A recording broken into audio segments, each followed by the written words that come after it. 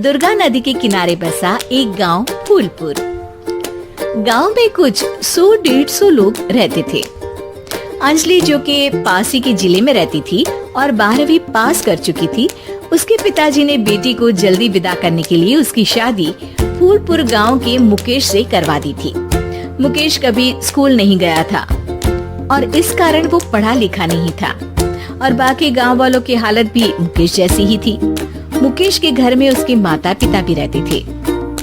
सासू माँ, मैं बाहर मंदिर तक जा रही हूँ, आधे घंटे में आ जाऊंगी। अरे अभी कहीं जाने की जरूरत नहीं है, चुपचाप जाके रसोई में रात के खाने की तैयारी करो। और ये घूंघट क्यों हटा लिया है तुमने? क्या पता नहीं कि इस गांव में औरतें बिना घूंघट के नहीं रहती? रात में अंजलि छत पर जाकर अपनी मम्मी से बात कर रही होती है। तभी गांव की 3-4 औरतें उसे देख लेती है और दरवाजे पर आकर उसकी सास से शिकायत करने लगती है। और क्या हुआ? अरे छत पे तो देखो, आपकी बहू मटक मटक के किसी से फोन पर बात कर रही है। दिन भर फोन पे लगी रहती है। अरे कल तो मंदिर के पास वो क्या कहते हैं, सेल्फी ले रही थी।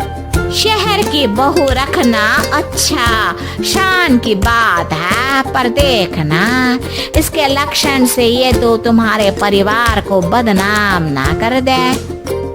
ये पहली बार नहीं था जब सास से गांव के लोगों ने अंजलि की बुराई या शिकायत नहीं की हो। अब तो ये रोज की बात थी। अंजलि ये सब सुन लेती है। जब वो नीचे जाती है तो मुकेश भी वहाँ आ जाता है। सास कहती है, बेटा, लोग घर आकर शिकायत करने लगे हैं बहू के कामों की।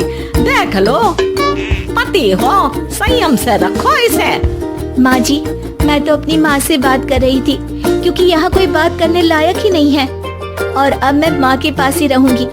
वहाँ क्या रहना, वहाँ बाहर के लोग तो ठीक है पर घर के लोग भी इज्जत ना दे सके। अरे नहीं नहीं अंजलि, ऐसा नहीं है, धीरे धीरे सब ठीक हो जाएगा, तुम फिक्र ना करो।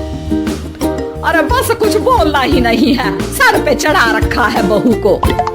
सास मुकेश की नरम बात सुन के वहाँ से मुंह चढ़ाकर चली जाती है। मैं तो कहती हूँ हम दोनों शहर चले जाते हैं। मैं पढ़ी लिखी हूँ, मुझे वहाँ नौकरी भी मिल जाएगी और थोड़े दिनों में आप भी वहाँ कुछ काम ढूंढ लेना। अरे नहीं नहीं अंजलि, हम यहाँ ना गांव का खेत, माँ पिताजी को छोड़कर शहर नहीं जा सकते। माँ पिताजी को कैसा लगेगा और गांव वाले क्या सोचेंगे? ये कहकर मुकेश सोने चला जाता है और अंजलि की गांव वालों द्वारा बुराई का सिलसिला बहुत दिनों तक चलता ही रहता है। लेकिन अंजलि गुस्सा ना दिखाते हुए समझदारी से काम लेती है। बारिश का मौसम चालू हो जाता है। जोरदार बारिश से पूरे गांव में हाहाकार मच जाता है। दुर्गा नदी में बाढ़ आ जाती है और बाढ़ का पानी पूरे गांव की फसल तबाह कर देता है। फसल की ये हालत देखकर गांव वाले निराश हो जाते हैं और बात तो यहाँ तक पहुँच जाती है कि कुछ लोग तो अंजलि को इस सब का दोषी ठहरा देते हैं। अरे पूरी फसल तबाह हो गई, पता नहीं किसकी नजर लग गई है। अरे जब से चौधरी परिवार में ये शहर की बहू आई है ना, तब से ही गांव की शांति चली गई है। इसके कर्म कांड से माँ दुर्गा नदी भी खुश नहीं है। ये सब सुनकर बेचारी अंजलि रोते हुए अपने घर चली जाती है। कुछ दिन बाद सभी गांव वाले अपनी फसल का मुआवजा लेकर अपने अपने घर आते हैं। मुकेश भी 1500 लेकर आता है। अंजलि को जब पासबुक दिखाता है तो अंजलि हैरान हो जाती है। अरे ये पासबुक में तो उन्होंने 4000 की एंट्री करी है और आपको सिर्फ 1500 दी है। सच में? अरे वो सरकारी अफसर आपको बेवकूफ बना रहे हैं।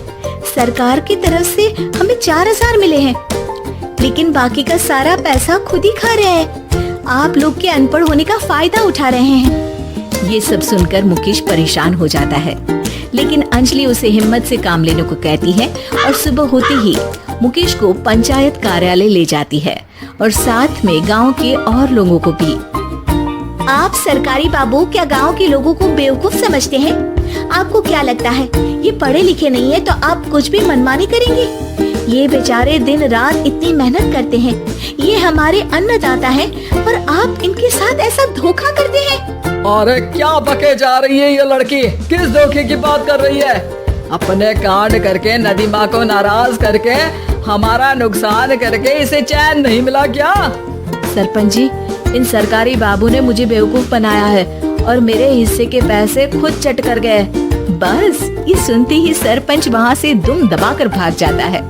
पता चलता है कि जनपद अधिकारियों ने गांव के सरपंच के साथ मिलकर सबके साथ धोखा किया है।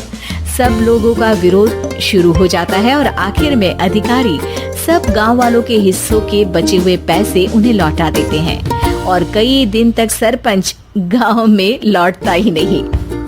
अंजलि, तुम नहीं होती तो हम गांव वालों को तो पता ही नहीं चलता कि ये हमें हर बार बेवकूफ बनाते हैं।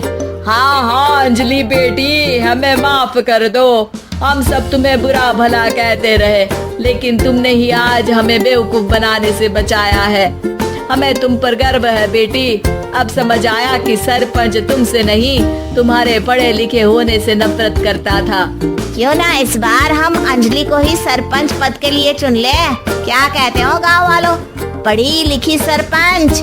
बस पूरा गांव अंजलि के लिए ताली बजाता है और अंजलि की सास उसे खुशी से गले लगा लेती है।